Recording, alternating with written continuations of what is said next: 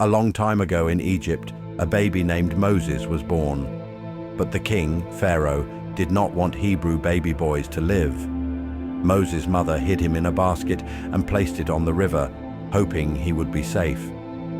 His sister, Miriam, watched from nearby. One day, Pharaoh's daughter found the baby floating in the river. She picked him up and said, "This must be a Hebrew baby. I will take care of him." Miriam ran up and said, "Shall I find someone to help take care of him?" The princess agreed, and Miriam brought Moses' own mother to care for him. Moses grew up in the palace as an Egyptian prince, but he never forgot that he was a Hebrew. One day, he saw an Egyptian being cruel to a Hebrew man.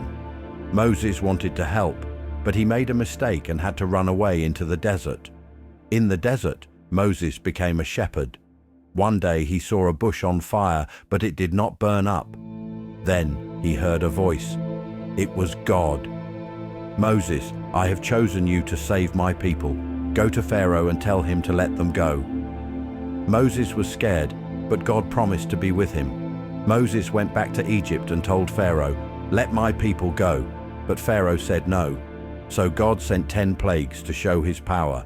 The river turned to blood, frogs and bugs covered the land, and darkness filled the sky.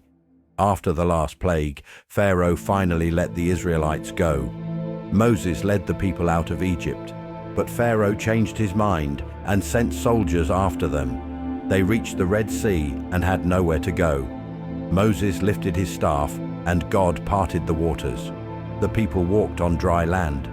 When the soldiers followed, the waters closed again, and they were safe.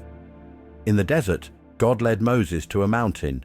God gave Moses the 10 Commandments to teach the people how to love God and be kind to others. Moses became a great leader, guiding the Israelites for many years. Moses' story teaches us that God has a plan for everyone. Even when things seem hard, we must trust in him and do what is right. The end.